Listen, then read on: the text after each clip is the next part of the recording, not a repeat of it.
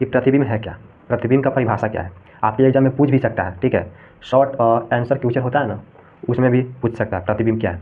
वास्तविक और काल्पनिक में जो डाउट रहेगी ना वो खत्म हो जाएगा, ठीक है। मतलब अधूरी ज्ञान जो रहती है ना वो हमेशा जो है डाउट में ही डाल देती है। तो अभी मैंने आप लोगों को वास्तविक प्रतिबिंब बताया, तो आप लोगों को अभी बहुत सारा डाउट होगा कि कैसे बता दिए, ठीक है। लेकिन जब आप लोग को काल्पनिक प्रतिबिंब बता दूंगा ना तो डाउट खत्म ही हो जाएगा, ठीक है ना। मतलब पूर्ण रूप से आप लोग को नॉलेज मिल जाएगा कि होता क्या है, ठीक है। हाय एवरीवन, कैसे हो आप सब। उम्मीद करता हूँ आप लोग बहुत ही अच्छे होंगे और अपनी पढ़ाई बहुत ही मन और लगन से कर रहे होंगे, ठीक है। तो आज हम पढ़ने वाले हैं क्लास 10 का फिजिक्स, ठीक है। और वो भी फर्स्ट चैप्टर है लाइट, प्रकाश। और हम आज टॉपिक पे बात करने वाले हैं प्रतिबिंब। यही टॉपिक हमारा है प्रतिबिंब, जो कि आपके एग्ज़ाम में 2 से 3 नंबर जो है इसी वीडियो से बनेंगे, ठीक है। और बहुत ही इम्पोर्टेंट वीडियो है ये वाला, ठीक है। तो आप लोग बहुत ही ध्यानपूर्वक सुनिएगा और समझिएगा और देखिएगा, ठीक है। तो अगर आप इस चैनल पर नए हो तो चैनल को कर लीजिए सब्सक्राइब, और वीडियो पसंद आएगा तो वीडियो करिएगा लाइक, ठीक है। तो चलिए हम वीडियो को स्टार्ट करते हैं। तो पहला हमारा क्या है टॉपिक, प्रतिबिंब। क्या, प्रतिबिंब। तो पहले हमें समझना है कि प्रतिबिंब है क्या, प्रतिबिंब का परिभाषा क्या है। आपके एग्जाम में पूछ भी सकता है, ठीक है। शॉर्ट आंसर क्वेश्चन होता है ना, उसमें भी पूछ सकता है प्रतिबिंब क्या है। तो यहाँ पे मैं प्रतिबिंब की परिभाषा लिख देता हूँ। क्या,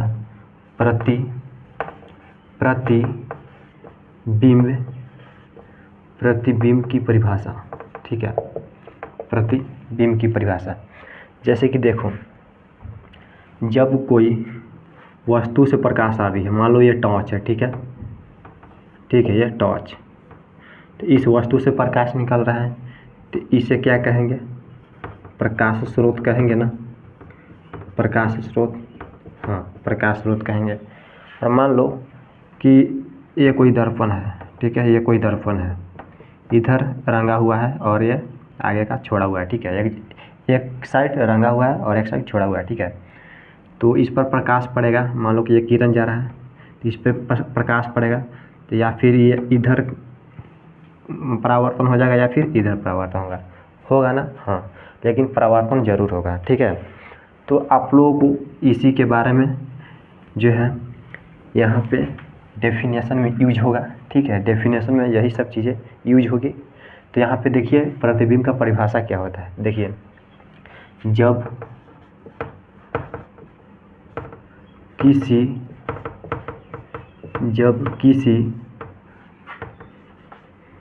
प्रकाश स्रोत से, मैंने बताया ना अभी प्रकाश स्रोत क्या है, जिस वस्तु से प्रकाश निकले उसे प्रकाश स्रोत कहेंगे, ठीक है। तो जब किसी प्रकाश स्रोत से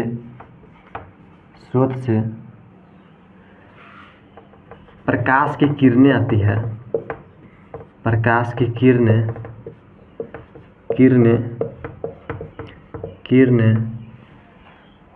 प्रकाश की किरणें किसी दर्पण पर पड़ती है, ठीक है। यहाँ पे लिखिएगा कि किसी दर्पण पर पड़ती है, किरणें किसी दर्पण पर पड़ती है, उसे दर्पण पर पड़ती है, ठीक है। यहाँ तक हो गया। जब किसी प्रकाश स्रोत से प्रकाश की किरणें किसी दूर हुई है ना, किसी दर्पण पर पड़ती है, ठीक है। तो जब दर्पण पर प्रकाश पड़ेगा तो परावर्तन तो जरूर करेगा, ठीक है। तो दर्पण पर पड़ती है तो दर्पण से परावर्तन होगा, है ना। तो दर्पण से परावर्तन, जब दर्पण से परावर्तन होगा तो उसके बाद क्या होगा, ठीक है। जब दर्पण से परावर्तन के बाद, ठीक है। और मैं चित्र बनाकर भी आप लोगों को समझाऊंगा। तो दर्पण से परावर्तन के बाद, है ना, किसी बिंदु पर मिलती है, क्या मिलती है या मिलती हुई प्रतीत होती है उसे प्रतिबिंब, उसे ही क्या कहेंगे, प्रतिबिंब कहेंगे, ठीक है, प्रतिबिंब कहते हैं, ठीक है। आप लोगों को परिभाषा समझ में आ गया होगा। जब किसी प्रकाश स्रोत से प्रकाश की किरणें किसी दर्पण पर पड़ती है, क्या, जब प्रकाश की किरणें किसी दर्पण पर पड़ती है तो दर्पण से परावर्तन होगा, ठीक है। तो परावर्तन के बाद किसी बिंदु पर मिलेगी या फिर मिलती हुई प्रतीत होती है। जैसे कि देखिए, ये मैंने एक अवतल दर्पण लिया, ठीक है, एक सतह में कलर कर देता हूँ तभी ना परावर्तन होगा, ठीक है। तो मान लो ये प्रधान अक्ष है, ठीक है, इसके बारे में आप लोगों को आगे समझाऊंगा, प्रधान अक्ष और ये सब क्या होता है, ठीक है। ये प्रधान अक्ष है, ठीक है। तो यहाँ से प्रकाश आ रही है, ठीक है, बहुत सारा प्रकाश आ रही है, ठीक है, बहुत सारा प्रकाश आ रही है। तो ये क्या होगा, यह किसी बिंदु पर मिलेगा, ठीक है, किसी बिंदु पर मिलेगा ना। हाँ, यह सब कहाँ मिल रहा है, यह सब देख रहे हैं कि यहाँ पे मिल रहा है। यह सारी प्रकाश की किरणें क्या है, एक जगह मिल रहा है ना, एक जगह परावर्तन हो रहा है। तो हाँ, तो यहाँ पे परावर्तन हो रहा है, मतलब मिल रहा है, परावर्तन के बाद मिल रहा है। तो यहाँ पर मिल गई, तो मैंने क्या लिखाया था, किसी बिंदु पर मिलती है, तो एक बिंदु पर मिल गई, ठीक है। और ये तो समझ में आ गया कि किसी बिंदु पर मिलती है, तो यहाँ तो मिल गया, लेकिन मिलती हुई प्रतीत होती है, इसका मतलब क्या है।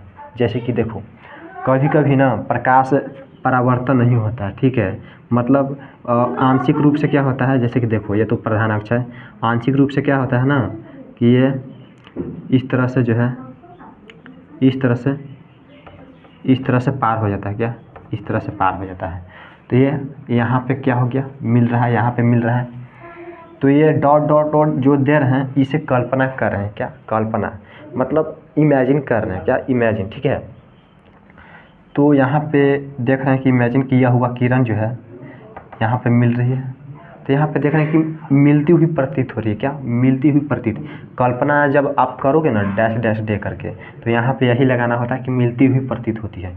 जब दर्पण के पीछे किसी का प्रतिबिंब बनता है तो यहाँ पे मिलती हुई प्रतीत होती है लिखना पड़ेगा, ठीक है। और जब दर्पण के सामने कोई किसी वस्तु का जो प्रतिबिंब बनता है, तो यहाँ पे क्या करना होगा कि मिलती है, क्या, एक बिंदु पर मिलती है, और दर्पण के पीछे रहेगा तो मिलती हुई प्रतीत होती है, ठीक है। तो आप लोगों को पूरी तरह से समझ में आ गया होगा। और मैं अब जो है प्रतिबिंब के प्रकार के बारे में आप लोगों को बताने वाला, क्या, प्रतिबिंब के प्रकार। तो प्रतिबिंब के प्रकार होता है दो, क्या, प्रतिबिंब के प्रकार, ठीक है। तो यहाँ पे प्रतिबिंब के प्रकार एक और दो होता है, क्या, एक और दो, ठीक है। तो पहला में होता है वास्तविक प्रतिबिंब, वास्तविक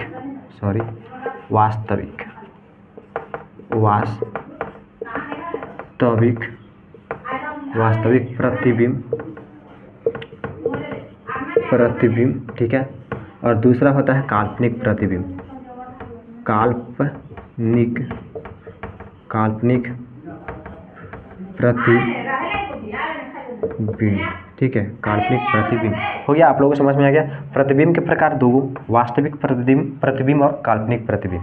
तो वास्तविक प्रतिबिंब क्या होता है और काल्पनिक प्रतिबिंब क्या होता है, आप लोगों को समझा रहा हूँ, ठीक है। तो मैं इसे मिटा देता हूँ, ठीक है। अब आप लोग यहाँ पे ध्यान दीजिएगा, वास्तविक प्रतिबिंब और काल्पनिक प्रतिबिंब क्या होता है। तो मैं यहाँ पे पहले आप लोगों को वास्तविक प्रतिबिंब बताता हूँ, वास्तविक, ठीक है, वास्तविक प्रतिबिंब, क्या, वास्तविक प्रतिबिंब, ठीक है, वास्तविक प्रतिबिंब क्या होता है, ठीक है। तो यहाँ पे देखिएगा, जो प्रतिबिंब का अभी मैंने डिफिनेशन बताया, सिर्फ उसी तरह होगा, क्या, उसी तरह। जैसे कि देखिए यहाँ पे, जब किसी प्रकाश स्रोत से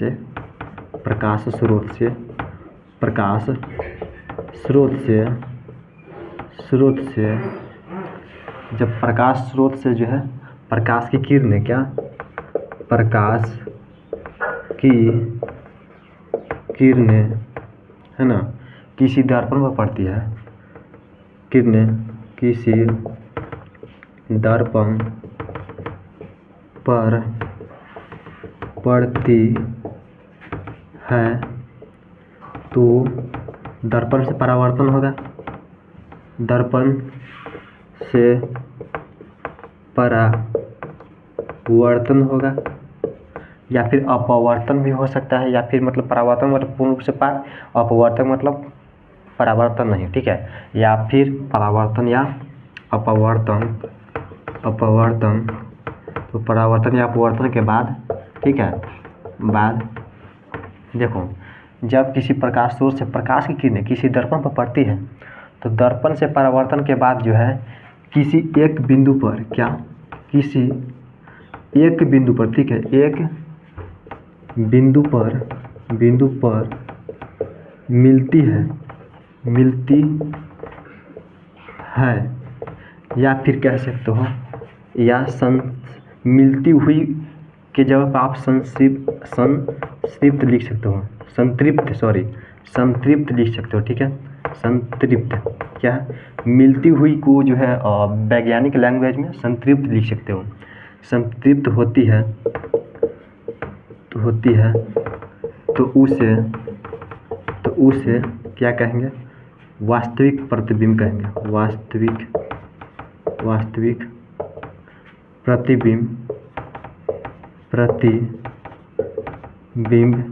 प्रतिबिंब कहते हैं। समझ में आ गया आप लोगों को ये वास्तविक प्रतिबिंब क्या होता है? मैं यहाँ पे आप लोगों को चित्र के माध्यम से समझाना चाहता हूँ, ठीक है।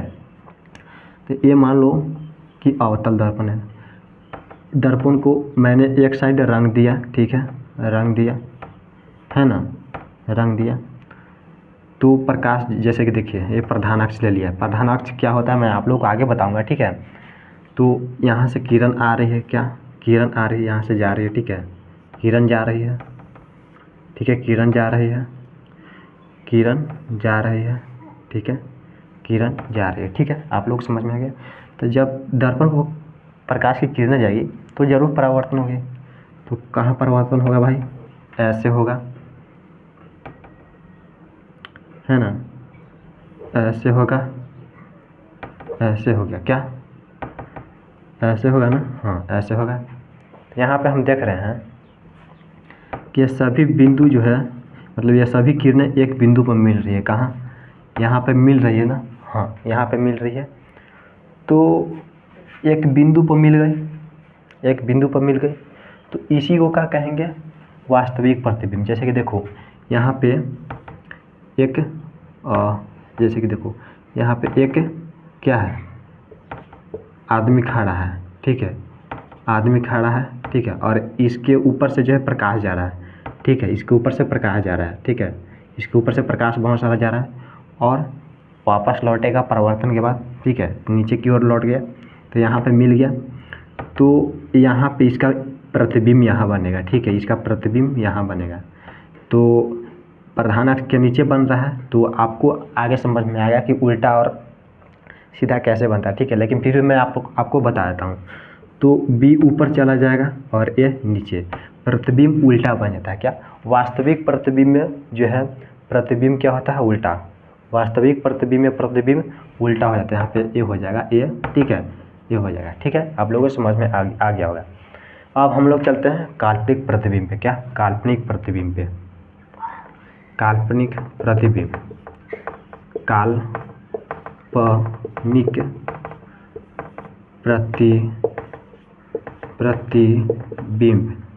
प्रतिबिंब, जब आप लोग काल्पनिक प्रतिबिंब सीख जाओगे ना तो वास्तविक और काल्पनिक में जो डाउट रहेगी ना वो ख़त्म हो जाएगा, ठीक है। मतलब अधूरी ज्ञान जो रहती है ना वो हमेशा जो है डाउट में ही डाल देती है। तो अभी मैंने आप लोगों को वास्तविक प्रतिबिंब बताया, तो आप लोगों को अभी बहुत सारा डाउट होगा कि कैसे बता दिए, ठीक है, लेकिन जब आप लोग वो काल्पनिक प्रतिबिंब बता दूंगा ना तो डाउट ख़त्म ही हो जाएगा, ठीक है ना, मतलब पूर्ण रूप से आप लोग को नॉलेज मिल जाएगा कि होता क्या है, ठीक है। तो यहाँ पे देखिएगा काल्पनिक प्रतिबिंब क्या है, यहाँ पर मैं लिख देता हूँ कि जब किसी प्रकाश स्रोत से प्रकाश की किरण, यही सब लिखना है, ठीक है, जब किसी प्रकाश स्रोत से है ना, स्रोत से प्रकाश की किरणें, प्रकाश की किरणें दर्पण से, किसी दर्पण से, मतलब किसी दर्पण पर पड़ती है, किसी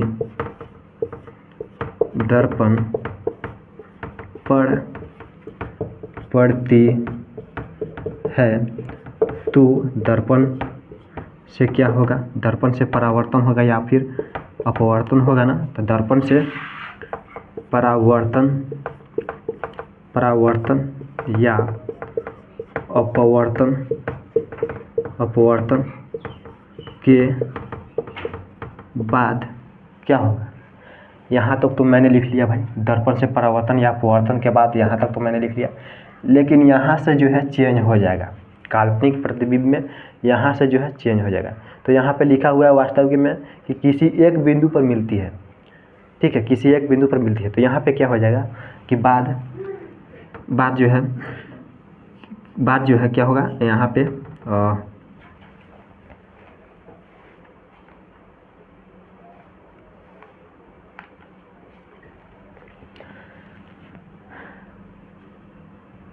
अपवर्तन के बाद किसी एक बिंदु पर मिलती हुई, ठीक है, हुई प्रतीत होता है, प्रतीत होता है। आप लोगों को समझ में आ गया कि एक बिंदु पर जो है, किसी एक बिंदु पर मिलती हुई प्रतीत होती है। और यहाँ पे लिखा हुआ था किसी एक बिंदु पर मिलती है, मतलब पूर्ण रूप से मिल ही रही है, ठीक है। लेकिन यहाँ पे मिलती हुई प्रतीत हो रहा है, मतलब प्रतीत मतलब इमेजिन किया जा रहा है, इससे मतलब ज़बरदस्ती मिलाया जाता है, ठीक ना, ज़बरदस्ती। या फिर मिलती हुई प्रतीत को जो है वैज्ञानिक भाषा में असंतृप्त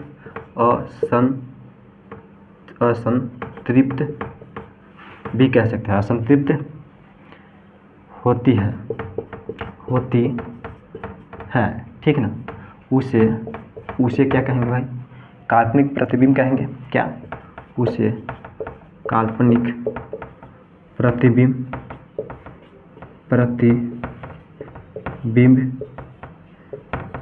कहते हैं।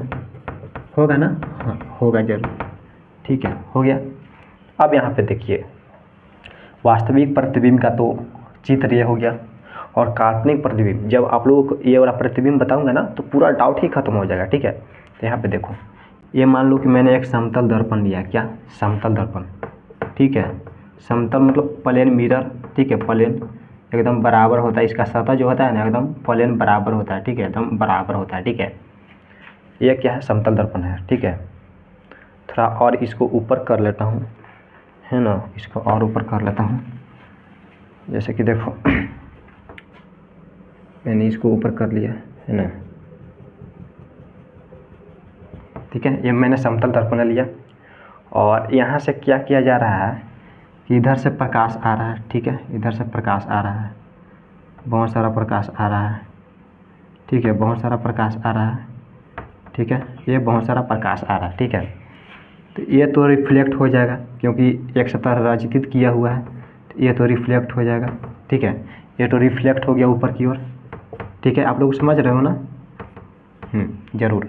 यहाँ पे देखो, ये तो रिफ्लेक्ट हो गया, लेकिन यहाँ पे जो है, यहाँ पे कहा है कि किसी एक बिंदु पर मिलती हुई प्रतीत होती है।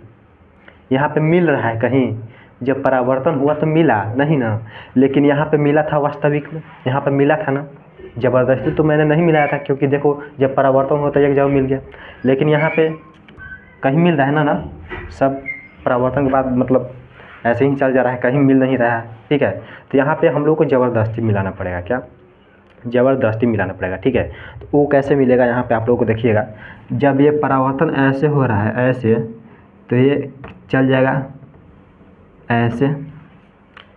इमेजिन अगर जब ज़बरदस्ती मिलाते हो ना, तो आप लोगों को डैश डैश डैश करके ही मिलाना पड़ेगा, ठीक है।